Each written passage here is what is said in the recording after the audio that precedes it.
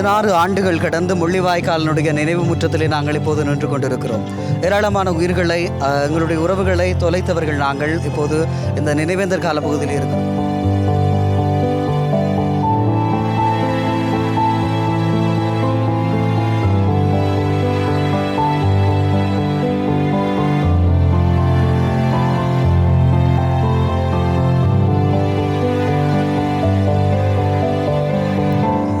வணக்கம். இப்போது நாங்கள் 16வது ஆண்டு முள்ளிவாய்க்கால் நினைவேந்தலுடைய நினைவுகளில் இருக்கிறோம். எங்களுடைய மக்கள் நினைவேந்தல் காலப்பகுதியிலே தொடர்ச்சியான உணர்வுபூர்வமான நினைவேந்தல் செயற்பாடுகளில் ஈடுபட்டு கொண்டிருக்கிறார்கள். இப்போது உங்களுடைய மனநிலை இந்த நேரத்தில் எப்படி இருக்கிறது, உறவுகளை இழந்தவர்களாக? இந்த நிகழ்வானது நாங்கள் எல்லோரும் சொல்கிறார்கள் அடுத்த சந்ததிக்கு கடத்தி செல்கிறோம் என்று. ஆனால் உண்மையிலேயே அந்த நிகழ்வு நான் கடத்தி செல்லவில்லை. இந்த அடுத்த சந்ததியை கூட்டிக் கொண்டு காட்டணும். காட்டும் பட்சத்தில் தான் அடுத்த சந்ததி இந்த நிகழ்வை முன்னெடுத்து கொண்டு போகும் என்று 16 வருடத்துக்கு முன்பு பிறந்தவர்கள் இன்றைக்கு பெரியவர்கள் ஆகிட்டார்கள். ஆனால் 16 வருஷத்துக்கு இப்போ 2019 2012 பிறந்தவர்களை கொண்டு நாங்கள் காட்டணும். காட்டும் பட்சத்தில் தான் இந்த நிகழ்வை நாங்கள் தொடர்ச்சியாக கொண்டு செல்வதற்கு வழிவகுக்கும். இனியும் வருங்காலத்திலும் இந்த நிகழ்வை இப்படி இந்த வருடம் செய்த மாதிரி ஒற்றுமையாக செய்ய வேண்டும் என்றதான் எங்களுடைய மக்களாகி எங்களுடைய விருப்பம். நிச்சயமாக இழப்புகளோடு, இழந்த வலிகளோடு இருக்கக்கூடிய நாங்கள் இந்த நினைவேந்தல்களை மேற்கொண்டு இருக்கக்கூடிய சமகாலத்திலே ஸ்ரீலங்காவினுடைய அரசு குறிப்பிடுகிறது இன அழிப்பு என்பது இடம்பெறவில்லை, இது ஒரு அடிப்படை பூர்வமற்ற கருத்து என்று சொல்லுகிறார்கள். இழப்புகளோடு வாழக்கூடிய நீங்கள் இதற்கு என்ன பதில் சொல்லுகிறீர்கள்? இதை இன அழிப்பு இல்லை என்று சொல்லுவார்கள். உண்மையிலேயே ஸ்ரீலங்காவில் இருக்க தகுதியற்றவர்களை தான் நாங்கள் எதிர்பார்க்கணும் சொன்னால் ஒட்டுமொத்த தமிழ் மக்களின் அழிப்பே இந்த முள்ளிவாய்க்கால்லாம் நிறைவடைந்தது. இந்த அழிப்பு நிறைவடைந்த முள்ளிவாய்க்கால் என்றது இன்று ஸ்ரீலங்காவில் இல்லை, உலகம் பூராகவே இதைத்தான் சொல்லுகிறார்கள். முள்ளிவாய்க்கால் தான் இனப்படுகொலையின் இறுதி நாட்கள் என்று இந்த மே 18. நன்றி அண்ணா, உங்களுடைய கருத்துக்களை எங்களோடு பகிர்ந்து கொண்டமைக்காக.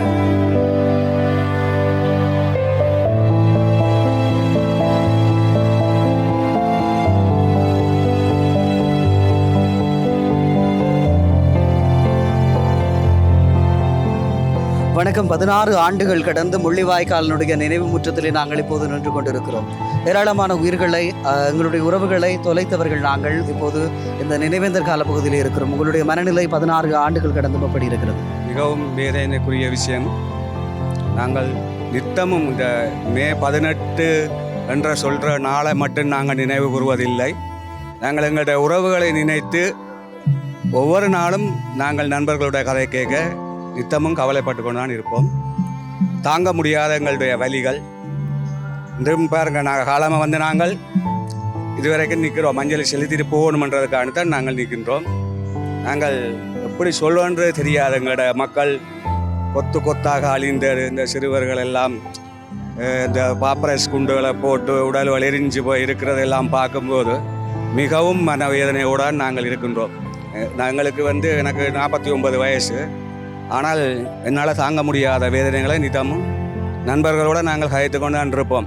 எங்களோட இனத்தை இப்படி ஒரு திட்டமிட்டு கொத்துக்குண்டுகளை போட்டு சாப்பாடுகளை நிப்பாட்டி பல முறைகளிலும் எங்களுடைய மக்களை இதுக்குள்ளே வைத்து அநியாயமாக அளித்த இந்த இலங்கை அரசாங்கம் என்றைக்குமே இவர்களுக்குரிய தண்டனை கிடைத்தே ஆகும். நிச்சயமாக. குறிப்பாக சொல்லிக்கொள்ள வேண்டுமாக இருந்தால் இப்போது நாங்கள் வலிகளோடு தான் வாழுகிறோம். ஒவ்வொரு நாளும் நாங்கள் கடப்பது எங்களுக்கு மிகப்பெரிய வலியாக இருக்கிறது. உறவுகளை தொலைத்திருக்கிறோம், உறவுகளை இழந்திருக்கிறோம். நாங்கள் ஒவ்வொருவரும் வாழுகின்ற சாட்சியங்களாக எங்களுடைய கண் முன்னே எங்களுடைய உறவுகள் இழந்திருக்கிறோம். இந்த சூழலில் ஸ்ரீலங்காவினுடைய அரசு இப்போது குறிப்பிடுகிறது, நீங்களும் குறிப்பிட்டிருந்தீர்கள், அதாவது கொத்துக்குண்டுகள் தொடர்பாக எல்லாம் குறிப்பிட்டிருந்தீர்கள். ஆனால் ஸ்ரீலங்காவினுடைய அரசு குறிப்பிடுவது இனப்படுகொலை என்ற குற்றச்சாட்டு அடிப்படையான ஆதாரபூர்வமற்றது என்று சொல்லி இருக்கிறார்கள். இதனை நீங்கள் எப்படி பார்க்கிறீர்கள்? இதை நீங்கள் இப்போ கேட்கின்ற போதே பாருங்க, இந்த முள்ளிவாய்க்காலை சுற்றியே இருக்கின்ற ஒவ்வொரு பதாகைகளையும் பார்க்கும்போதே உங்களுக்கே விளங்கும் இந்த மக்கள் எல்லாம் எப்படி இறந்திருக்கிறார்கள் என்று. இதுகளெல்லாம் நாடகத்துக்காக வேஷம் போட்டோ அல்லது ஒரு இதுக்காக காட்சிப்படுத்துறதுக்காக ஒரு இதுகள் செய்து வைக்கவில்லை. உண்மையிலேயே ஒரு நடந்த சம்பவங்கள். நீங்கள் சில போஸ்டரை பாருங்கள், மக்களுடைய போட்டோ எல்லாம் இருக்குது, அதிலே புழுக்கள் வாரது கூட படமாக தெரிகிறது. எவ்வளவு வேதனையாக இருக்குது எங்களுக்கு. அந்த படத்தில் பாருங்க, புழு எல்லாம் உடம்பில் இருக்கிறத அப்படியே காட்டுது. அப்போ இதெல்லாம் ஒரு இன அழிப்பில்லை என்று சொன்னால் எப்படி நாங்கள் ஏற்பது? இதெல்லாம் திட்டமிட்டு செய்த ஒரு இனப்படுகொலை. நிச்சயமாக இந்த விவகாரத்தில் ஈழத்தமிழர்களுக்கு இழைக்கப்பட்ட அநீதிக்கான நீதி சர்வதேசத்திலும் கூறப்பட்டு கொண்டிருக்கிறது 16 ஆண்டுகளாக. இந்த நீதி எங்களுக்கு கிட்டும் என்று நம்புகிறீர்களா? நிச்சயமாக இந்த மண்ணில் இருந்து சொல்லுகின்றேன், இது இரத்தத்தையும் பல உயிர்களையும் தாங்கிய மண். தமிழர்களுக்கென்று ஒரு நீதி கிடைக்கும். நிச்சயமாக எங்களுக்கு கொண்டு ஒரு தனி தேசம் கிடைக்கும். நம்பிக்கை இருக்கின்றது, எங்களுக்கு நம்பிக்கை இருக்கின்றது. ஏன்னு சொன்னால் இப்போ நாங்கள் முந்தி இருந்ததை விட எங்களுக்கு சர்வதேசத்தில் வந்து இப்போ ஈழத்தமிழர்களுடைய அழிவுகளை கொஞ்சம் அவதானித்து கொண்டிருக்கிறாங்க. இன்றைக்கு பாருங்கள், கனடாவிலேயே இந்த முள்ளிவாய்க்கால் நினைவேந்தல் தூவியெல்லாம் எழுப்பப்பட்டிருக்கின்றது. இது வந்து இலங்கை அரசாங்கம் கூறுவது போல இது வந்து யுத்தம் நடந்த இடமில்லை. இது வந்து திட்டமிட்டு மக்களை தமிழ் இனத்தை அழிக்க வேணுமென்று கங்கணம் கட்டி இலங்கை அரசாங்கம் மண்டியில் பல நாடுகள் சேர்ந்து செய்த ஒரு கொடிய செயல். உலக யுத்தத்திலேயே பயன்படுத்தாத ஆயுதங்களை இந்த மண்ணிலே பயன்படுத்தி இருக்கிறார்கள். ஒரு சிறிய ஒரு வட்டம், பல லட்சம் மக்கள் இருக்கின்ற இடத்துல ஒரு உலக நாடுகளிலேயே தடை செய்யப்பட்ட ஆயுதங்களை எல்லாம் இந்த மண்ணிலே ஏவி விட்டார்கள் என்று சொன்னால் நிச்சயமாக ஒரு இனத்தை அழிக்க வேண்டும் என்றுதான். போர் என்றது ஒரு விதிமுறை இருக்கின்றதானே, போருக்கு ஒரு விதிமுறை இருக்கிறது. இது ஒரு நாடு, யுத்தம் நடக்கிற ஒரு நாட்டில் கூட இப்படி செய்ய மாட்டான். இன்றைக்கு நீங்கள் பாருங்கள், சில பாகிஸ்தான் இந்தியா பிரச்சனை வந்திருக்கு, உலக நாடுகள் தலையிடுகிறது. ஆனால் எங்களுடைய நாட்டில் நடக்க இந்த நாடும் கண்டுகொள்ள இல்லை. ஏன்னா அந்த நாடுகள் தான் இலங்கை அரசாங்கத்துக்கு பல நாடுகள் உதவி செய்தது. அழி என்று சொல்லி இந்த தமிழர் என்றதை விட இந்த பிரபாகரன் அமைப்புன்றது அவங்களுக்கு பெரிய ஒரு இடியானதாக இருந்தது. இவர்களை இப்பவே அழிச்சிடணும் அன்றொரு ஆதியால தான் மக்களோடையே சேர்த்து அவங்களை அழிக்க வேணும்ன்றதுக்கான தான் இந்த செயல் ஈடுபட்டார். எல்லா இடமும் போர் நடக்கிறதானே, ஆனால் எங்களுக்கு நடந்த போர் மாதிரி உலகத்தில் எந்த நாட்டிலையுமே நடந்துடாது. நாங்களும் பல பத்திரிகைகளை பார்த்துருக்கிறோம், எங்கேயுமே இப்படி ஒரு கொடிய யுத்தம் நடந்ததில்லை. இது ஒரு இன அழிப்பு. உண்மையிலேயே இது ஒரு இன அழிப்பு தான். நாங்கள் இந்த வலியை என்றைக்கும் மறக்க முடியாது. எங்களுடைய அடுத்த தலைமுறைகளும் நிச்சயமாக அவர்களும் மறக்க மாட்டார்கள். அவர்களும் ஞாபகத்திலே வைத்திருப்பார்கள். ஏன்னு சொன்னால் இப்போ இந்த காட்சியாக இருக்கிற படங்களை பார்க்கும்போது பிள்ளைகளுக்கு தெரியும் இது என்னன்றது தெரியும். நாங்கள் இங்கே வந்து பார்க்க ஒவ்வொரு தாய்மாரும் சகோதரங்களும் கண்ணீர் விடுவதெல்லாம் இந்த மண்ணிலே இருந்து ஏற்கனவே கண்ணீர் விட்டு ரத்தம் சிந்தின மக்கள் தான்.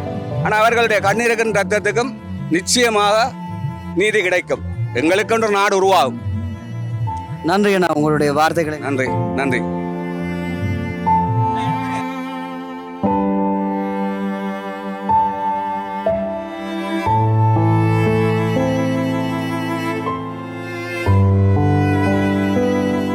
பதினாறாவது முள்ளிவாய்க்கால் நினைவேந்தல் முற்றத்திலே இப்போது நினைவேந்தல்களிலே ஈடுபட்டு கொண்டிருக்கிறோம். இந்த நிலைமையில் எங்களுடைய உறவுகளை தொலைத்தவர்களாக உங்களுடைய மனநிலை எப்படி இருக்கிறது? இது ஒரு மிகவும் இறுக்கமான ஒரு மனநிலையோடு நாங்கள் இந்த முள்ளிவாய்க்கால் நினைவேந்தல் நிகழ்விலே நாங்கள் கலந்து கொண்டிருக்கிறோம் என்பதற்காக இது ஒரு சடங்கு முறையான நிகழ்வல்ல. எங்களுடைய அடுத்த தலைமுறைக்கு இந்த கொடிய பாசிச சிங்கள அரசு எங்களுடைய தாயக தமிழர் மீது மேற்கொண்ட மிகப்பெரிய ஒரு இன அழிப்பின் ஒரு அடையாளத்தை நாங்கள் அடுத்த தலைமுறைக்கு கடத்தி கொண்டிருக்கிறோம். அதனுடைய ஒரு நிகழ்வாகவே நாங்கள் இதை பார்க்கிறோம். உலகத்தின் வரைபடத்தில் எங்களுடைய இனம் இல்லாமல் செய்ய வேண்டும் என்பதற்காக கொடிய வஞ்சக சிங்கள அரசு எங்கள் மீது பாரிய ஒரு இன அழிப்பை செய்திருக்கிறது. அதனுடைய உச்சக்கட்ட கோரவ தாண்டம் தான் இந்த நிலம். ஒரு நிலத்திற்கு ஒன்று பிரசவம் இருக்கிறது, ஆனால் இந்த நிலத்தில் ஒரு புல்குள முளைக்க முடியாத ஒரு சூழ்நிலை இருக்கிறது. ஏனென்றால் அத்தனை கொத்து குண்டுகளை எங்களுடைய தேசத்தின் மீது எங்களுடைய மக்களை ஒரு இடத்தில் ஒன்று கூட்டி அவர்களை வகை தொகையின்றி வதம் செய்த ஒரு சிங்கள பேரினவாதத்தினுடைய ஒரு கொடிய ஒரு சூழலை தான் நாங்கள் இப்போது அனுபவித்துக் கொண்டிருக்கிறோம். காலங்கள் கடந்து போனாலும் கூட காலமாக நாங்கள் எங்களுடைய அடுத்த தலைமுறைக்கு கடத்துவது மட்டுமில்லாமல் எங்களுடைய இறமை, எங்களுடைய தேசியம், எங்களுடைய தேசியத்தினுடைய அந்த ஒருமைப்பாடு தன்மையில் இருந்து நாங்கள் விலகாமல் இருக்க இந்த உணர்வுகளை நாங்கள் தாங்கியவர்களாக இருக்க வேண்டும் என்பதே நாங்கள் இந்த அடுத்த தலைமுறைக்கு சொல்ல வேண்டிய ஒரு மிகப்பெரிய ஒரு சான்றாக இருக்கிறது. இந்த முள்ளிவாய்க்கால் நினைவு தினம் மாத்திரமல்ல, வருகின்ற ஒவ்வொரு இனப்படுகொலைகளும் நிச்சயமாக கண்டிக்கப்பட வேண்டும். சர்வதேசம் இதை எப்படி பார்க்கின்றது என்று தெரியாது, இதை அனுபவித்தவர்களுக்கு அந்த வழி தெரியும். உலகத்தின் பல இடங்களில் இவ்வாறான கொடுமைகள் நடைபெற்றிருந்தாலும் ஈழதேசத்தில் மாத்திரம்தான் மிகவும் கொடுமையான முறையில் எங்களுடைய இனம் அழிக்கப்பட்டது. இதற்கு நிச்சயமாக உலக நாடுகள் சேர்ந்து எங்களுக்கு ஒரு விடுதலையை தர வேண்டும் என்பதை நாங்கள் இந்த தேசத்தில் பாதிக்கப்பட்ட பிள்ளைகளாக கரம் கூப்பி வேண்டி நிற்கின்றோம்.